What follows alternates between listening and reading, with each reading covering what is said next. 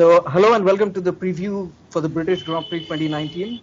And for the first time in our history, we have a third voice with us. So, since he has a complicated name, I'll let him introduce himself. So, hi everyone, I'm Namranil from India, and I'm a huge F1 fan, a diehard F1 fan. You can call me that. So, I'm looking forward to really getting this podcast started. And when did you start watching, and who's your favorite driver?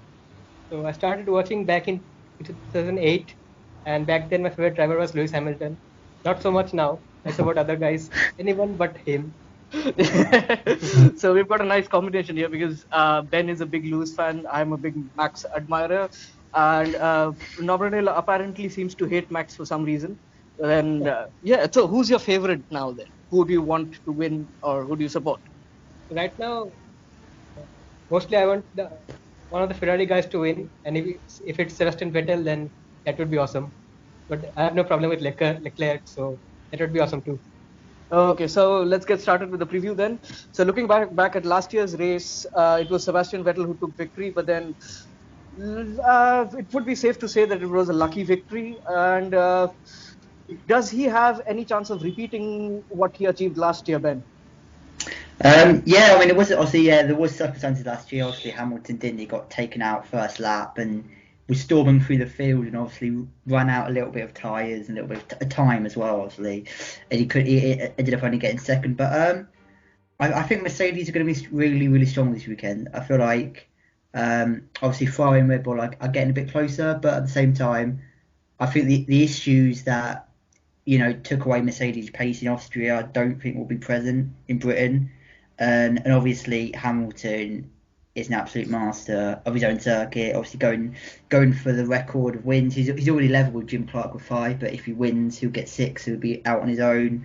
Valtteri as well. So yeah, I think Mercedes are gonna hit back this weekend. So it's going to be tougher for Ferrari for sure. But I'm not saying he's got no chance, but I feel like Mercedes are gonna up their game this weekend. Yeah, but then, I mean, if you ask me, I'd give Ferrari an equal chance since they're so fast on the straights and Silverstone has got a lot of straights. So, what do you expect, Nobranil? Who is going to take the victory for you? I absolutely echo Ben's comments. I think it's going to be Mercedes this time again. And moreover, I genuinely want, although I'm not his fan, but I definitely want Lewis to win because I want to see that they got 6th win in front of his home crowd, and that would be quite special. Okay, so moving on to Ferrari now. Who do you think is going to come out on top between the Ferrari guys? Ben? I actually thought it was really. I was really happy in Austria. Obviously, Leclerc hitting back on Vettel. I was saying before a couple of podcasts before. Leclerc just needs a race where he gets ahead of Vettel. Just for his own sake, for standing with the team. And yeah, I feel like it's so difficult, isn't it, with Ferrari because there's no real way to tell. There's no set number. One driver is quicker or not, like there is in most other teams on the grid. It kind of seems to be whoever turns up at the track and just takes to it the best on that given weekend kind of comes out on top. So it's really difficult to say with Ferrari. But I feel like Leclerc, he's getting close to that first win, isn't he? He's very nearly there. Yeah, I feel like that's going to fire him up. He's going to want to, finish the job this weekend. Because he'd still be so disappointed, obviously, what happened last weekend in Austria. So yeah, I think that will fire him up. So yeah, Leclerc's got a good chance. Yeah, and did you have a look at the FP1 timings yet, Ben? I have. Yeah, and coming on to Red Bull. So do you have any expect? Because all hell has broken loose. And because although I believe that it was Horner's plan and he made him run on low fuel so that he can get the top timing just to boost his confidence, but then do you expect anything because time is running out, and do you think that this is the weekend that might just turn around for Gasly? The thing is, Gasly's just been so consistently poor across the board. It's hard to point to a circuit and say it might be here because at the same time, he did such a good Bahrain last year, and then that didn't come off. So I don't know what Gasly's strengths as a driver are to look at a circuit and then say, yeah, I think this could be the circuit. Don't know. Maybe the confidence boost of being first in FP1 might help him out, but I don't know. It's still going to take a lot for me to ever predict Gasly ahead of Max. I can't see it. On pace, there's going to have to be something wrong with Max's car, and I'm going to be saying that all season. Yeah, so Namanil, what did you make of Gasly's season so far, and do you have any expectations from Gasly this weekend? Well, Gasly's season has been something to watch for everybody. And I think this time in the British GP, it has to be now or never for Gasly. I mean, he's had quite too many opportunities in the first eight or seven races, and I think he has to start delivering. And I think this is the most vital time for him. Otherwise, there might be something on his future. Yeah, I mean, coming to that, I'm already on the wagon of hashtag bring Kvyat back. I think Ben already knows that. So he has time till the midsummer break. So do you think, Nominal, do you think that he can turn it around in the 3 races that are remaining till the summer break? I hope so. Everybody hopes so, except for Albon and Kvyat.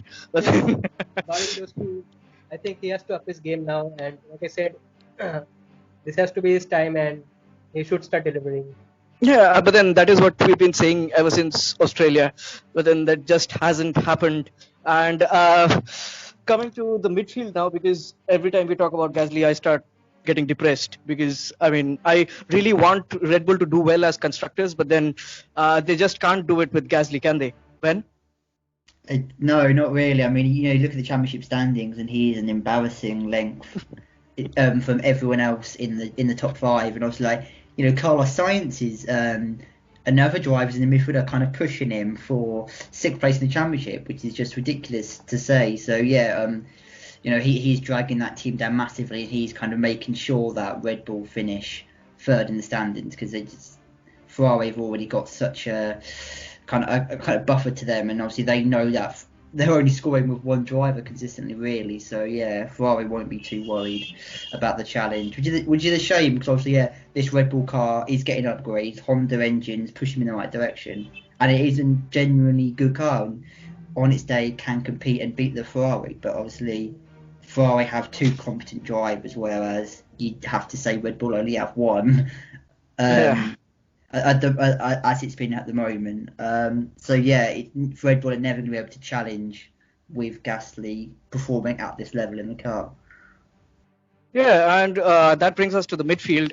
I mean, I was about to say that my favorite for the best of the rest this weekend would be Gasly, but since he's technically not in the midfield, we move on to the midfield now. And who's your one to watch for this weekend, Number? Well, for this GP, I have to say it's going to be Sainz again, 3rd time in a row. He's been delivering some quite strong races, and he's on the move. So are you saying that he will be beating Norris in this race, since it's Norris's home race as well? Well, by the looks of his performance, I have to say that might just be a possibility, and there is a chance for that to happen. Okay, so who's your favorite in the midfield this weekend, Ben? I like Alex Albon. I think Albon could have a good weekend.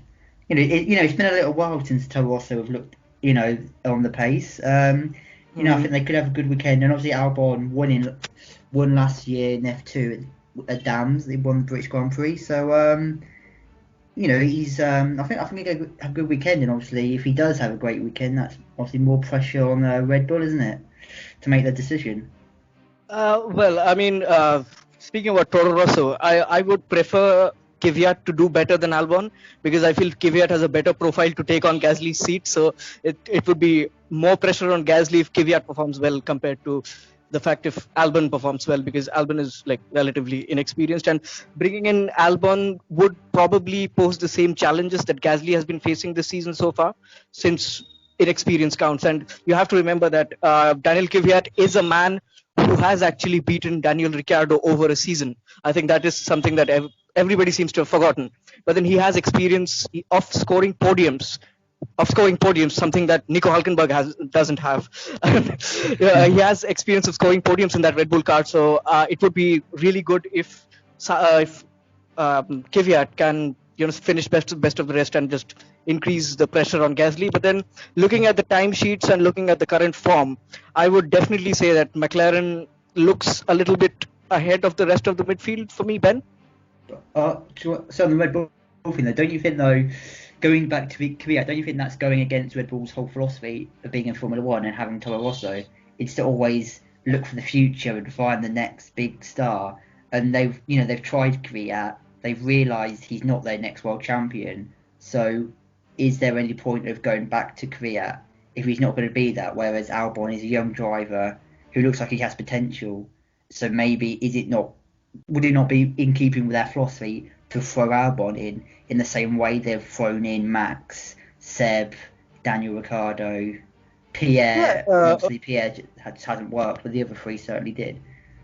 Yeah, I mean, you are correct in what you're saying, but then Albon, see, when Max came into the team, he was 1.5 seasons old in Formula One, and it was the same with pretty much every driver. Every driver has at least had one full season in Formula One before they have been drafted into the Red Bull seat. And Albon is only 9 races old, so for this season of at least for 2020 up till 2020, I think it would be a better choice to bring somebody who's experienced in that car and somebody who can do your job and just maintain the basic standards within the team. Potentially, I mean, there's two ways of thinking. There's obviously they could either go with what you suggested now, or they could just say, if we don't want to go back to Kvyat, we could just keep Pierre for the season and then bring Albon in or someone else.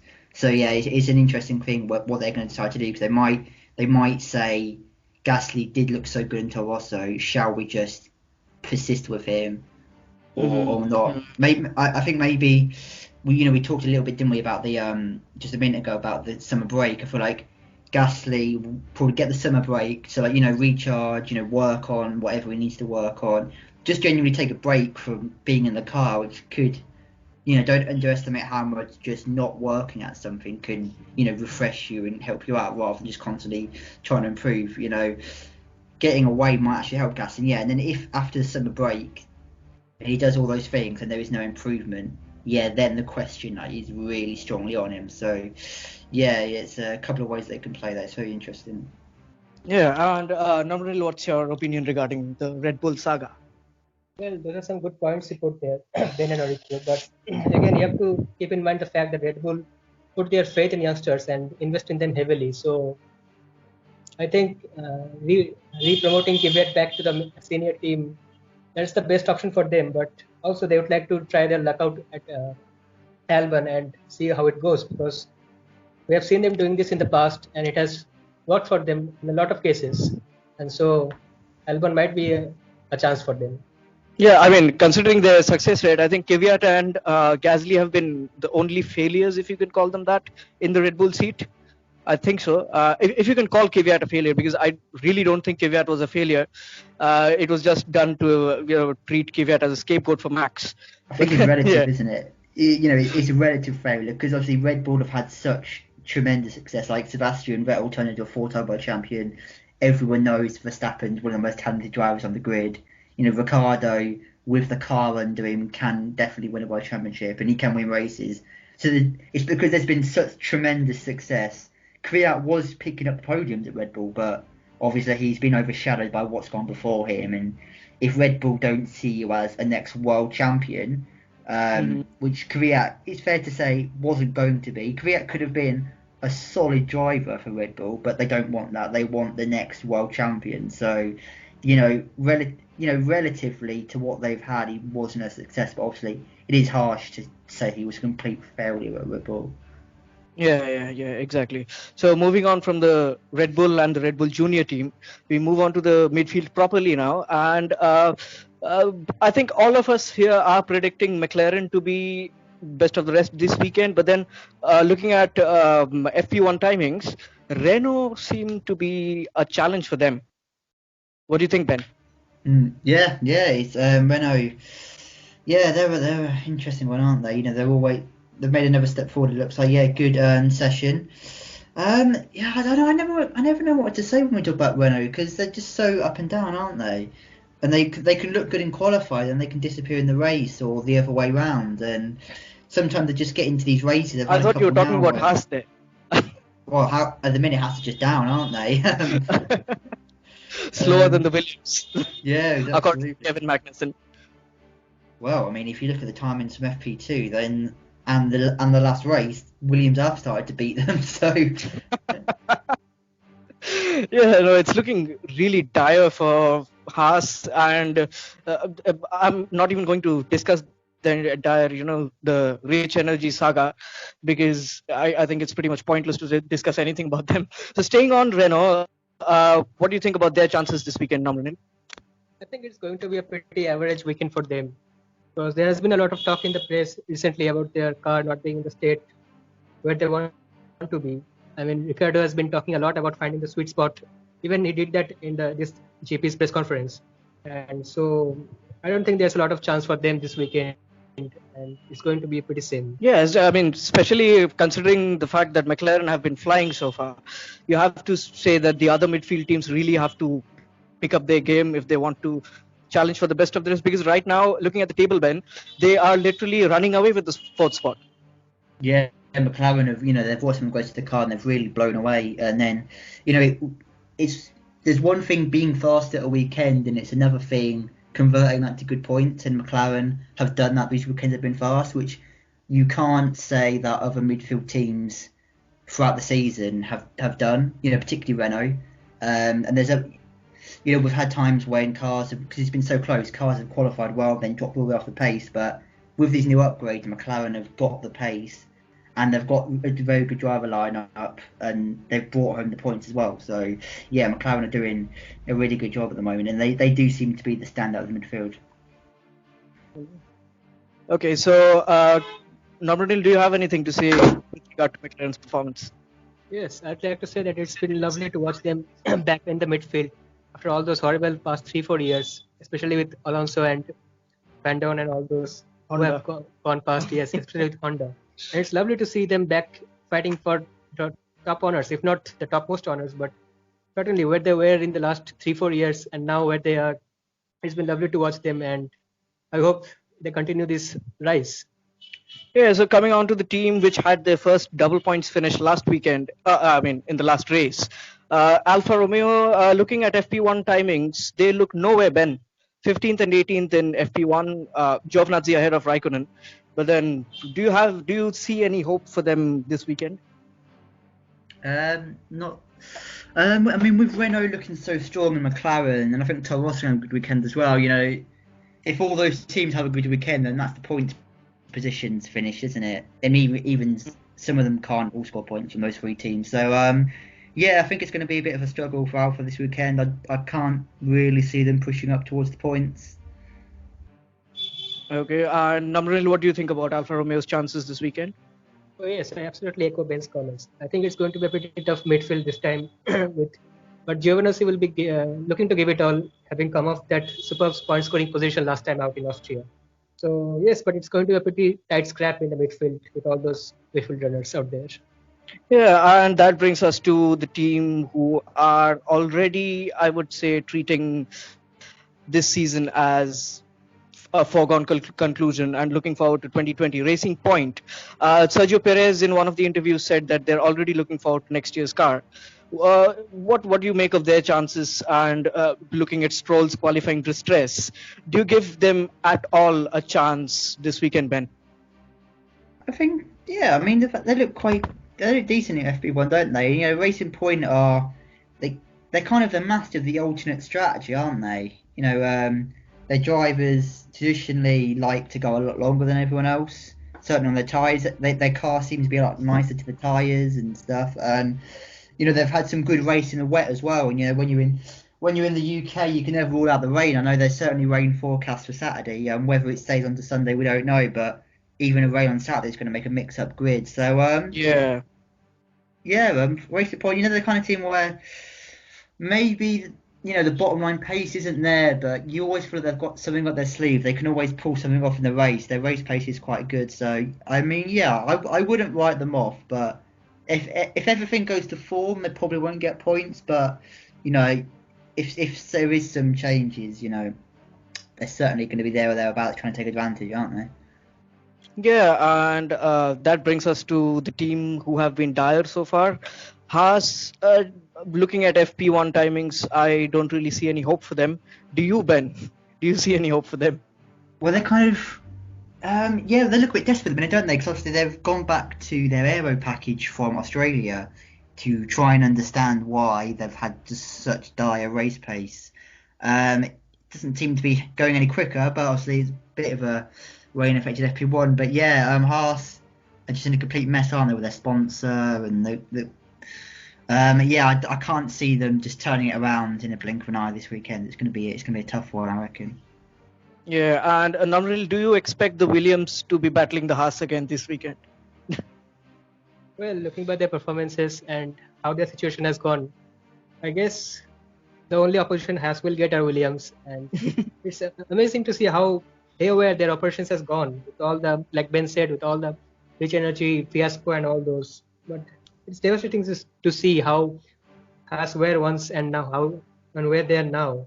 But they have got pretty fundamental issues with the car, and they every time drop it down to the tire performance issues, and so yeah, it's going to be another tough wicket for them. Yeah, even if they get pole position by any chance on a wet session. Yeah, I really get a feeling that even if it's a wet session and somehow Magnussen gets pole, he would somehow end up 17th in the race. Looking at past records. No, Ben? Yeah, there is a history of that, hasn't there? Yeah, good qualifying from Haas, they've gone nowhere in the race. No, I think Williams could be a genuine threat to them as well. I mean, Claire Williams is. I also want to get your guys' opinion on this. Claire Williams has been talking this weekend, saying that she's going to do everything she can to try and keep Russell in the team next year because she believes she's a potential future world champion material. So, first of all, what you think on that? And obviously, yeah, I think he can have a good weekend this weekend because it's his home race, isn't it? And we can see that he's been pushing the hardest, and he's obviously much better than Kubica. So, could be a decent weekend. Could be like a 17th place, which is a good weekend for Williams. Yeah. I mean, looking at what Claire Williams said, if there's a future world champion in that team, he won't remain in that team. I mean, a future world champion wouldn't want to stay in a backmarker team, right, Ben? No, absolutely. I mean, yeah, he's not. It's going to be difficult because I mean, Formula One, there's so few seats. Obviously, Mercedes have a relationship with Racing Point, but obviously one of their seats is permanently taken now for the end of time till end of Lance Stroll's career. So that kind of shuts off the options a little bit because obviously to get rid of Sergio Perez for basically a low-knee driver would be a very big call. So yeah, I don't know. It's difficult to see because I don't think Mercedes would want him to leave, their kind of area of control. I don't think they'd want to give him to another constructor. So I guess they would have to hope that Williams actually get better, so Russell can actually race. But it's a difficult one. But yeah, you like to think I don't think Russell would like to be in a better team next year, or certainly pushing Williams to try and be better because he's not going to want to. As much as we can say he's looked good in the Williams, at the end of the day, he's not getting points on the board, and he's sitting there this season watching Lando Norris and Albon impress, and he's thinking, although I'm impressing at Williams, at the same time, like, look what these guys are doing. I beat them to the championship last year. I feel like I'm a better driver, so that must be the frustrating part. Yeah, exactly. Namril, what's your opinion on Russell, his performance, and about Claire Williams' comments as well?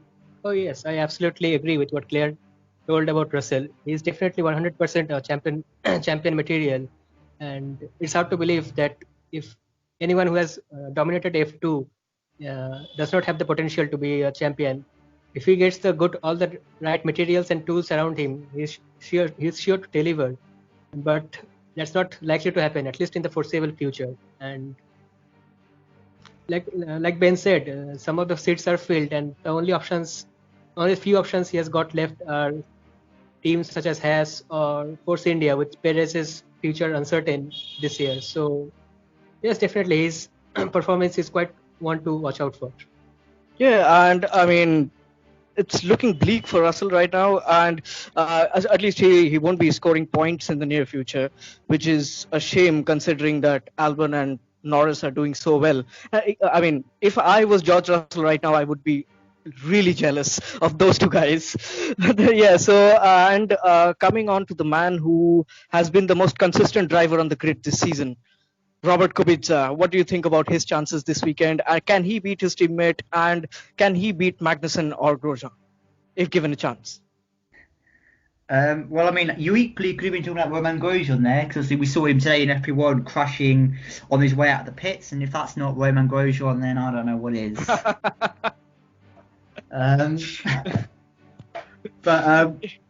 Kubica, I mean, I can't see it. I mean, I can't see on a normal weekend, but obviously, you know, Russell, first home race in Formula One, obviously the Brits, if you know the Brits get behind their own, you know, the Brits will really give Russell a boost this weekend. And you know, even though he's likely going to be in like 18th or 19th, you know, the Brits will really, you know, cheer for Russell and they'll really get behind him. So yeah, I can't.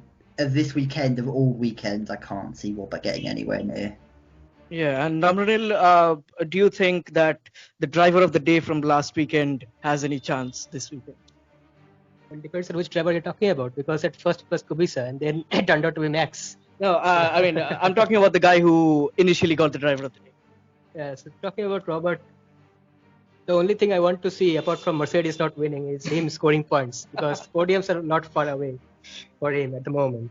And so yes, it's devastating to see where he was and where he is now with Williams and all the tools he has around him.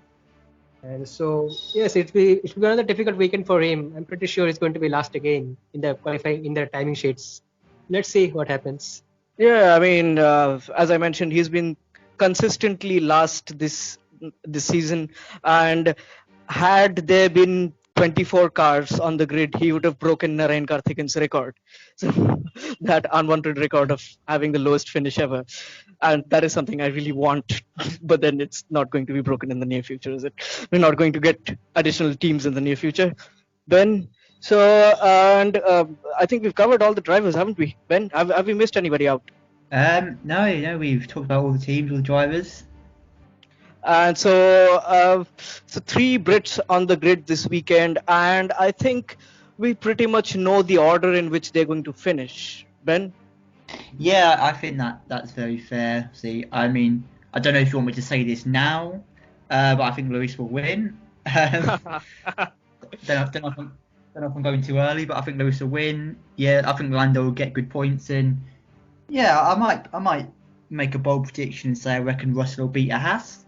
That could be my bold prediction. Yeah. Right. So, Namranil, what are your predictions for the podium and your best of the rest prediction? Well, by podiums, it would be lovely to see top 3, a single driver from each of the top 3 teams.